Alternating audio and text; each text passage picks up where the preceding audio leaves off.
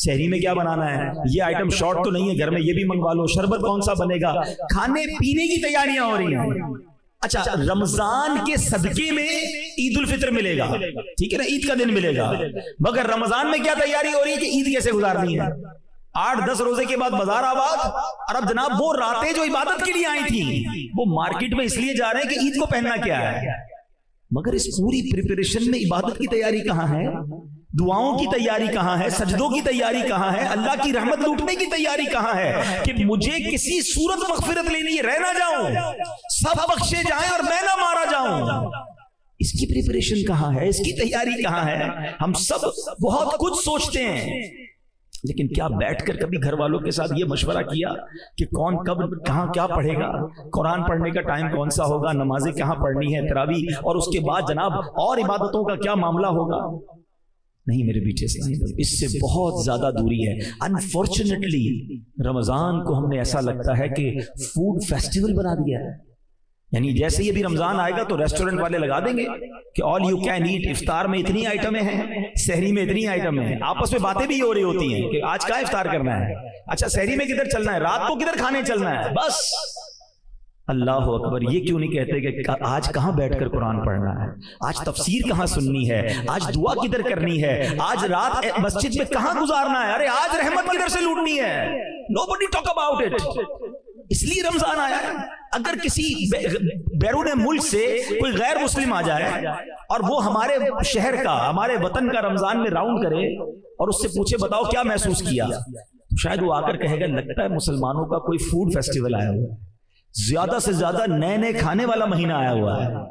شاید وہ یہ نہ کہہ پائے کہ سجدوں کا مہینہ آیا ہے, دعاؤں کا مہینہ آیا ہے, سپلیکیشنز کا مہینہ آیا ہے. ہم سوچیں ہم رمضان کو کیا کر رہے ہیں. دیکھیں جتنا جلدی لوگ دنیا سے جا رہے ہیں نا, بیماریاں ہیں, پریشانیاں ہیں, اور اس کے باوجود we are not ready to prepare for ہیئر آفٹر. ہم آخرت کی تیاری کے لیے تیاری نہیں ہو رہے, سوچ بھی نہیں رہے کہ میرے ساتھ بھی ہو سکتا ہے. یہ آس پاس سے جو جنازے اٹھ رہے ہیں, کب سوچیں گے کہ میری باری بھی آنے والی. لوگ کہیں گے یار ہمارے ساتھ ہی تھا, پتہ بھی نہیں چلا گیا دنیا سے, بس 2-4 دن یاد کریں گے, پھر کوئی یاد نہیں کرے گا. میں ہوں گا اور میرے اعمال ہوں گے, اور میں اکیلا قبر میں ہوں گا. خدا کی قسم ہماری لاٹری لگنے والی ہے. اگر جیتے جی پھر رمضان مل جائے نا, یہ چند دن, میں تو بہت دعائیں کر رہا ہوں اللہ زندہ رکھیو رمضان تک, عافیت سے رمضان دینا, خیر سے رمضان گزارنا نصیب فرمانا, کیونکہ کوئی بھروسہ نہیں زندگی کا. اگر یہ رمضان مل جائے نا, یقین کرو یہ اللہ کا احسان ہوگا. اور اب اس رمضان کو زندگی کا آخری رمضان سمجھ لو کہ بس کسی صورت میں نے اللہ کو راضی کر لینا ہے, کیونکہ اللہ کریم کی رحمت چاہتی ہے کہ میں اور آپ بخشے جائیں. ایک سجدے پر, رمضان میں ایک سجدے پر 1500 نیکیاں عطا کی جاتی ہیں, حدیث کا مفہوم ہے, اور اس کو جنت میں سرخ یاقوت کا گھر عطا فرمایا جائے گا. ہر سجدے پر ایسا درخت جنت میں اس کے لیے لگایا جائے گا کہ جناب جدھر 500 سال تک گھڑ سوار گھوڑا دوڑاتا رہے اس کے سائے میں دوڑتا رہے گا. ارے ایک سجدے کا اتنا ثواب. اس میں بھی لوگ تراویح نہیں پڑھتے, 3 روزہ پڑھ لی باقی فارغ, 5 روزہ تراویح پڑھ لی باقی فارغ. ارے اللہ کے بندو تراویح تو پڑھنی, نوافل بھی پڑھ لو نا, ہر سجدے پر ثواب ہے نا. یہ مہینہ تو اس لیے آیا ہے. ہمیں تو کرنا کیا چاہیے, اے کاش ہم یہ پلان کریں کہ رمضان میں تراویح بھی پوری پڑھوں گا بلکہ نوافل بھی پورے پڑھوں گا. ہم نے تو پلان ہی کچھ اور کیا ہوا اپنی زندگی میں. عصر کتنی 4 رکعتیں, ظہر کتنی 4-2-2, اچھا مغرب کتنی 3 اور 2, عشاء کتنی 4-2-3. اول تو پڑھنی نہیں ہے, پڑھنی ہے تو شارٹ کٹ والی پڑھنی ہے. ارے اللہ کے بندو کیوں یہ نیکیاں چھوڑتے ہو؟ اور اب ایٹ لیسٹ رمضان میں تو یہ پلان کر لینا یار رمضان میں پوری نماز پڑھوں گا, تراویح بھی پڑھوں گا, اوابین بھی پڑھوں گا, تہجد بھی ادا کروں گا. پورا سال گناہ کیے ہیں, پورے سال خطائیں ہیں, یا اللہ یہ مہینہ ایسا دے دے کہ تجھے راضی کرنے میں کامیاب ہو جائے. یہ مہینہ کتنا اہم ہے آپ کو معلوم ہے؟ نزول قرآن کے بارے میں تو آپ جانتے ہیں, لیکن اس مہینے کی ایک اور شان شاید بہت ساروں کو نہیں پتا کہ اللہ کریم نے جو 4 بڑی آسمانی کتابیں نازل کی ہیں نا, توریت, انجیل, زبور اور قرآن, یہ چاروں کی چارے رمضان میں نازل فرمائی ہے. یعنی رمضان ہی کو چنا گیا. سبحان اللہ. آئیے آپ کی معلومات میں اضافہ کروں کہ مسند امام احمد کی روایت میں کہ اللہ کے آخری نبی صلی اللہ تعالی علیہ وسلم نے فرمایا حضرت ابراہیم کے صحیفے رمضان کی پہلی رات میں نازل ہوئے. تورات شریف رمضان مبارک کی 7ویں رات میں نازل ہوئی. انجیل مقدس رمضان کی 14ویں رات نازل ہوئی. اور زبور شریف رمضان کی 6 تاریخ کو نازل ہوئی. اور سبحان اللہ قرآن کے بارے میں رب فرماتا ہے شہر رمضان الذی انزل فیہ القرآن، رمضان کا مہینہ جس میں قرآن نازل کیا گیا. سبحان اللہ. ذرا سوچئے اس مہینے کی اہمیت کیا ہے اور ہمیں اس مہینے میں کتنی بڑی نعمتیں عطا کی گئی ہیں، کتنی مہربانیاں کی گئی ہیں. پہلا عشرہ عشرہ رحمت، دوسرا عشرہ عشرہ مغفرت، تیسرا عشرہ جہنم سے آزادی کا عشرہ. اچھا اس میں بھی ایک رات، یہ شب قدر جو عطا ہوئی نا، اس کے پیچھے بڑی بڑی زبردست علماء نے سورہ قدر کے شان نزول لکھے. ٹھیک ہے، سورہ قدر پڑھتے ہیں نا. بسم اللہ الرحمن الرحیم. انا انزلناہ فی لیلۃ القدر وما ادراک ما لیلۃ القدر لیلۃ القدر خیر من الف شہر. یہ جو 3 آیتیں ہیں نا، اس کو سمجھیے گا ذرا. یہ قرآن کا بہت خوبصورت اسلوب ہے. یہ the way of قرآن ہے کہ جب قرآن کو کسی بات پر emphasize کرنا ہوتا ہے، کسی بات کی تاکید کرنی ہوتی ہے، تو قرآن خود کوسچن ہم سے پوچھتا ہے انا انزلناہ فی لیلۃ القدر. ہم نے نازل کیا اسے لیلۃ القدر میں. پھر آگے فرمایا وما ادراک ما لیلۃ القدر، تم نے کیا جانا لیلۃ القدر کیا ہے. یہ کوسچن کرنے کا مطلب یہ ہے کہ اٹریکشن لی جائے، لوگ سمجھے کہ بڑی اہم بات ہونے جا رہی ہے. Be prepare for that words. جس طرح قرآن نے سورہ قارعہ میں فرمایا القارعۃ ما القارعہ وما ادراک ما القارعہ، تم نے کیا جانا قارعہ کیا ہے. اور اس کے بعد قرآن اسے ڈیفائن کرتا ہے. بالکل اسی طرح قرآن یہاں کہہ رہا ہے کہ تم نے کیا جانا لیلۃ القدر کیا ہے. پھر فرمایا لیلۃ القدر خیر من الف شہر، یہ وہ رات ہے جو 1000 مہینوں سے بہتر ہے. There is a question, why 1000 months؟ یہ 1000 مہینوں کی کیلکولیشن کیا ہے؟ 100 سال ہوتے، 50 سال ہوتے، 200 سال ہوتے، یہ 1000 مہینوں کے پیچھے لاجک کیا ہے؟ اس کے پیچھے علماء نے، مفسرین قرآن نے بہت ساری جس کو کہیں شان نزول بیان کی ہے. نبی پاک علیہ الصلوۃ والسلام نے صحابہ کرام کے سامنے ایک واقعہ بیان کیا. پیارے آقا علیہ الصلوۃ والسلام نے بتایا جس کا مضمون ہے کہ پچھلے زمانے میں ایک بزرگ ہوتے تھے، ان کا نام تھا شمعون. بنی اسرائیل کا زمانہ تھا، حضرت شمعون. نبی پاک نے فرمایا کہ وہ بڑی اللہ کی عبادت کرتے تھے، دن میں جہاد کرتے، رات کو عبادت کرتے، اور 1000 مہینوں تک انہوں نے ایسے وقت گزارا. روزہ بھی رکھتے تھے، بڑے جاندار تھے، بڑے طاقتور تھے، مگر بڑی صفاقی کے ساتھ. طویل واقعہ میں شارٹ کر کے بتا رہا ہوں. بڑی صفاقی کے ساتھ، بڑے ظلم کے ساتھ آپ کو شہید کر دیا گیا. اب جب صحابہ کرام نے واقعہ سنا تو کیا شاندار مائنڈ سیٹ تھا صحابہ کرام کا. ہمیں کوئی پچھلی قوم کی، پچھلے کسی لوگوں کی بات بتائے تو کہتے ہیں اچھا اتنے پیسے تھے ہمارے پاس کیوں نہیں ہے. ہم تو کسی کے گھر جاتے ہیں، اس کا گھر دیکھ کے ہمارا موڈ آف ہو جاتا ہے، یار اس کا اتنا بڑا، میرا چھوٹا سا گھر ہے، اتنی بڑی گاڑی میری کب ہوگی. اس کی گھڑی دیکھے تو رات نہیں گزرتی. اللہ کے بندو اس ریس میں مارے جاؤ گے. ہاں یہ کبھی نہیں جیت سکتے، پریشان ہی رہو گے. اگر یہ والی ریس کرنی ہے نا تو پریشان ہی رہنا ہے، کیونکہ کروڑ پتی ارب پتی کو دیکھ کے پیچھے رہ جائے گا. ارب پتی کے اوپر خرب پتی موجود ہے. آپ کتنی بھی بڑی گاڑی لے لیں، ہم لوگوں کے پاس پرائیویٹ جیٹ آ گئے، کہاں تک جاؤ گے. اللہ کے بندو جو رب نے دیا ہے اس پہ شکر ادا کر لو، انجوائے کرو اپنی لائف کو. ہاں چلے ایک اس بات کو یہی روکتے ہیں. یہ بات جب چلی ہے اور اس کیلیبر کے لوگ بیٹھے ہیں، لائف میں اگر سکون لانا چاہتے ہیں نا، 2 باتیں یاد کر لیں کہ نعمتوں میں اپنے سے کمتر لوگوں کو دیکھیں، ٹھیک ہے، اور نیکیوں میں اپنے سے آگے لوگوں کو دیکھیں. آپ کی لائف مزیدار ہو جائے گی. آپ کو جب بھی لگے نا کہ یار میرے سے آگے لوگ ہیں، وہ نہ دیکھیں، اپنے سے پیچھے والوں کو دیکھیں. جھونپڑی میں لوگ رہ رہے ہیں، روڈوں پہ سو رہے ہیں، کھانے کو پیسے نہیں ہیں، گھر نہیں ہے، ہاسپٹل میں پڑے ہوئے ہیں، بڑی بڑی بیماریاں ہیں. ارے اللہ نے تو مجھے کروڑوں سے اچھا بنایا ہے، میں کیوں آگے والے کو دیکھ کر ٹینشن میں ہوں. پیچھے والوں کو دیکھو گے تو سجدے سے سر نہیں اٹھے گا. شکر کرتے کرتے زندگی گزر جائے گی اور انجوائے بھی کرو گے اپنی لائف کو. ہاں نیکیوں میں دیکھو، کمپٹیشن کرنا ہے، آئیے نا میں بتاتا ہوں. صحابہ کرتے تھے نا کمپٹیشن، وہ بھول گئے آپ. حضرت عمر رضی اللہ عنہ آدھا مال لائے تھے، حضرت ابوبکر صدیق اپنے گھر کا سارا مال لے آئے. کیوں؟ کمپٹیشن تھا. نیکیوں میں آگے بڑھنا ہے. ہمیں اچھی گاڑی والے، پراڈو والے کو دیکھ کر تو خیال آتا ہے کہ میری کرولا کیوں رہ گئی. تمہیں تہجد گزار کو دیکھ کر خیال کیوں نہیں آتا کہ میں تہجد کب پڑھوں گا؟ یہ تہجد بھی پڑھتا.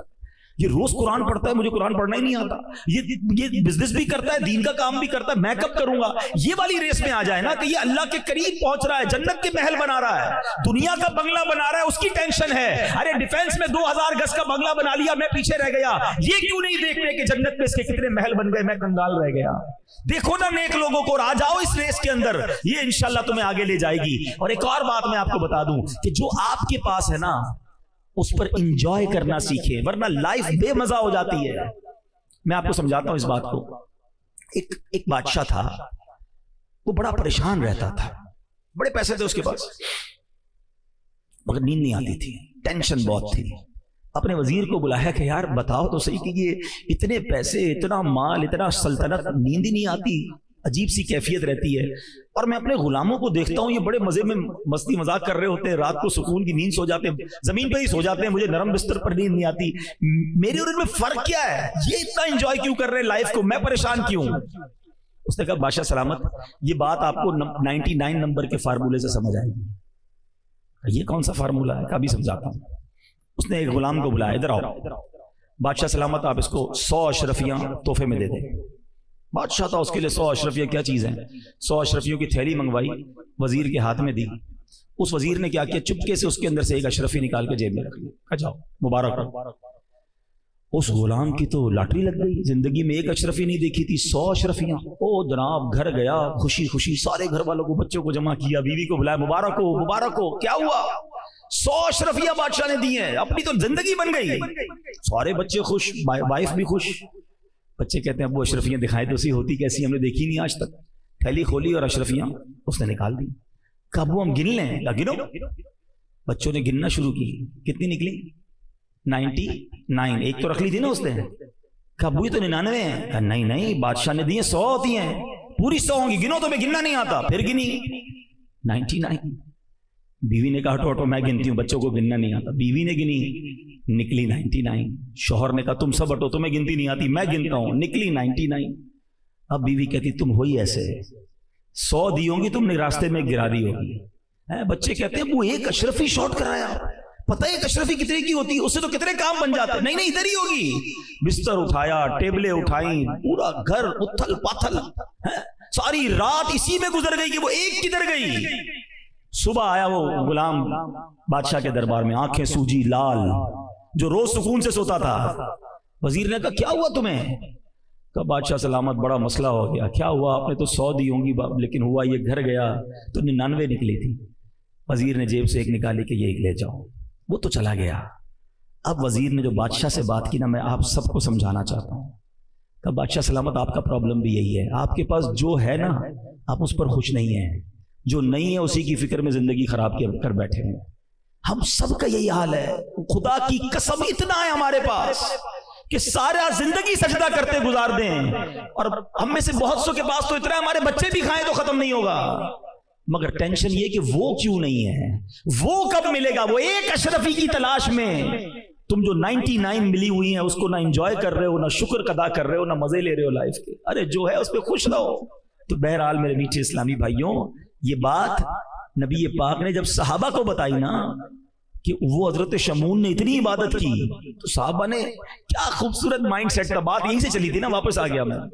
صحابہ کہتے ہیں حضور اتنے ساری عبادتیں کی انہوں نے 1000 مہینوں تک۔ حضور ہماری تو عمر ہی تھوڑی، ہم تو چھوٹی عمر والے، اس میں آرام بھی کرتے ہیں، بچپن میں گزر گئے کچھ سال، تو یہ پچھلی قوم والے تو آگے بڑھ گئے نیکیوں میں۔ Look at the mindset of صحابہ کرام، ان کو فکر ہی یہ تھی کہ حضور وہ نیکیوں میں آگے بڑھ گئے۔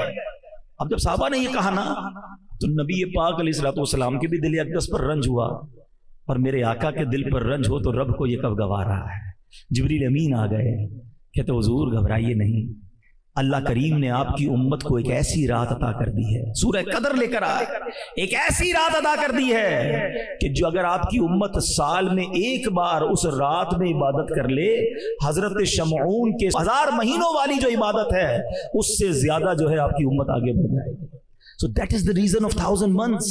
یہ پیچھے لاجک ہے کہ وہ والی 1000 مہینے کی عبادت جو انہوں نے کی، اگر کوئی شب قدر میں کر لے تو ان کی عبادتوں سے آگے بڑھ جاتا ہے۔ سو دوستو، آپ نے بیان کو سنا، اسے شیئر کیجئے اور رمضان شریف کی برکت کو، فیضان کو بھرپور حاصل کیجئے۔ عبادت، تلاوت، بندگی، استغفار، ہر طرح کے ذکر و اذکار کیجیے اور اللہ سے توفیق مانگیے۔ رمضان شریف کی برکت سے اللہ تعالی ہم سبوں کی بخششیں فرمائے۔ ملتے ہیں کسی اور ویڈیو میں، تب تک اپنا خیال رکھیں۔ خدا حافظ۔ السلام علیکم۔